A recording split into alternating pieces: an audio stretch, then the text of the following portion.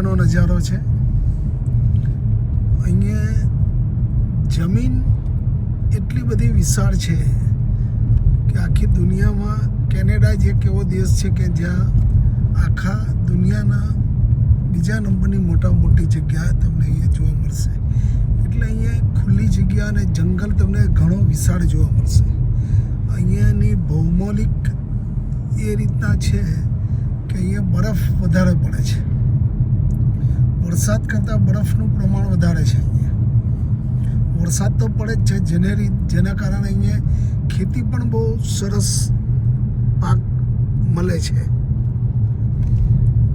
એટલે અહીંયાની ભૌગોલિક દ્રષ્ટિએ જોવા જઈએ તો પાકનું ઉત્પાદન ઘણું સરસ મળે છે.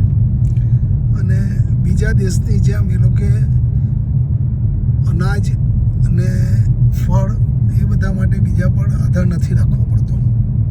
એ લોકો પોતે જ અહીંયા અનાજ અને ફળો, ફ્રૂટ, શાકભાજીનો ઉત્પાદન કરી શકે છે.